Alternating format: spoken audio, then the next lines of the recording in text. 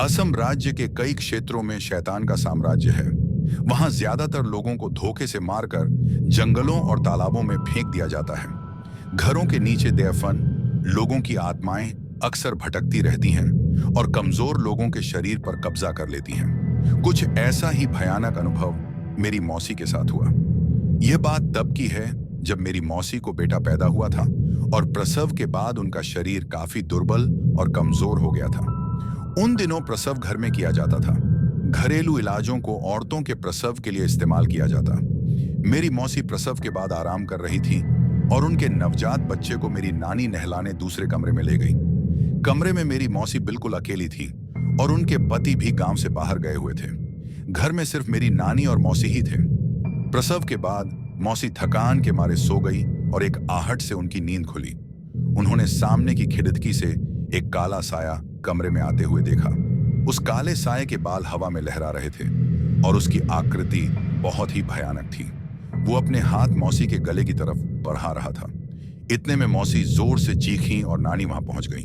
मौसी ने सारा किस्सा बताया तो नानी ने गौर किया कि उनके सिरहाने कोई चाकू या हाथ में कोई रक्षा धागा नहीं बंधा है।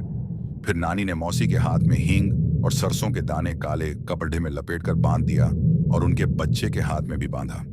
मौसी के पूछने पर नानी ने बताया कि अक्सर ऐसे काले साए कमजोर या दुर्बल शरीर में प्रवेश करते हैं और अपनी अधूरी इच्छाओं को पूरा करते हैं। प्रसव के बाद नानी मौसी के पास सुरक्षा धागा और सिरहाने चाकू रखना भूल गई थी, इसीलिए मौसी को उस काले साए का सामना करना पड़ा था।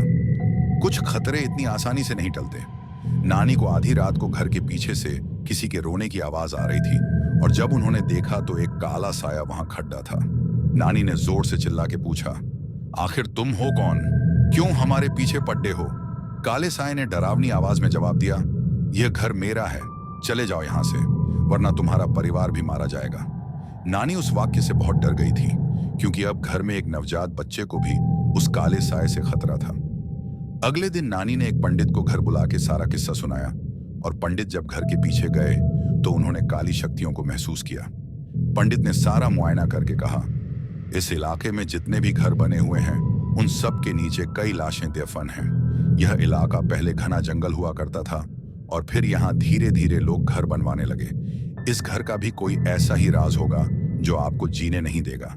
ऐसे शापित स्थान निर्दोष परिवारों की बलि मांगते हैं। आप लोग जल्द से जल्द यह घर खाली कर दो, तब तक यह रक्षा मौली अपने हाथों पे बांध लो। मौसी के पति को वापस आने में 2 दिन बाकी थे। बिना वक्त गवाए मेरी नानी और मौसी अपना सामान बांधकर दूसरे गांव चले गए और मौसी ने अपने पति को भी खत लिखकर सूचित कर दिया। आज भी इसी डर से लोग घर बदलने से पहले उसका इतिहास पता कर लेते हैं, क्योंकि ऐसे भूतिया राज अक्सर लोगों को महंगे पड़े डिडीअचते हैं। सो आई होप गाइज आपको ये हॉरर स्टोरी अच्छी लगी होगी। यदि आप YouTube पर गोस्ट स्टोरी सुनना और देखना पसंद करते हैं तो हमारे YouTube चैनल खौफनाक किसी को सब्सक्राइब कर लें।